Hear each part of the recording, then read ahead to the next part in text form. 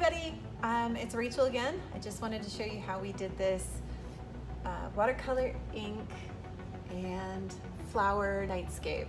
So this is going to be a kit that will be available to you guys to do. I'm going to show you in the next time-lapse section exactly how to do all of this. It looks really difficult, but it's not.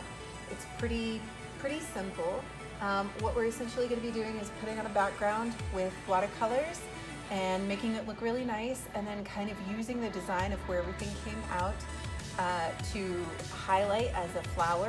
And then I put a moon and some stars in the background. You don't have to do any of that, but this is all part of it. This will come in a kit.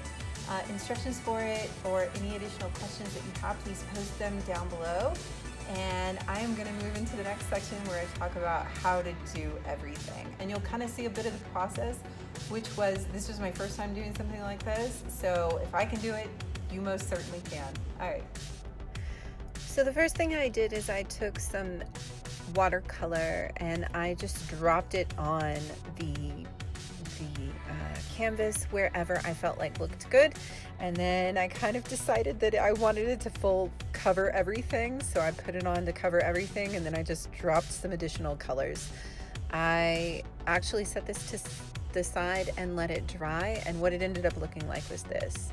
And then I kind of took a look at the different areas that were a little bit darker, and I started drawing in flowers.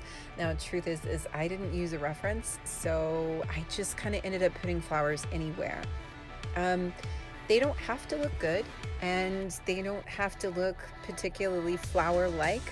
The more details that you add, the better it will end up looking. And I just really kind of had a good time with it. I sat and I talked and I drew these flowers in. I made a thought or two to composition of where I wanted some of the details to be, and I knew I was going to put a night sky in, so I added some flowers up the top, sort of looking down, and I had some flowers facing different directions, but mostly it was just kind of all over the place. Some of my flowers did end up looking very similar, but that's okay. And then I took the white acrylic that I was given, and I just gave some additional details to some of the flowers. I tried to think about where the moon would be and make it so that it looked like it was touching certain petals, but it really was just wherever I felt like would look the best.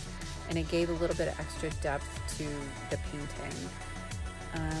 And then I went in and I added the moon and some stars, and I was done. It was not too much forethought went into this beforehand. So this would be a really good place for you to show your creativity and do exactly what you feel will look the best.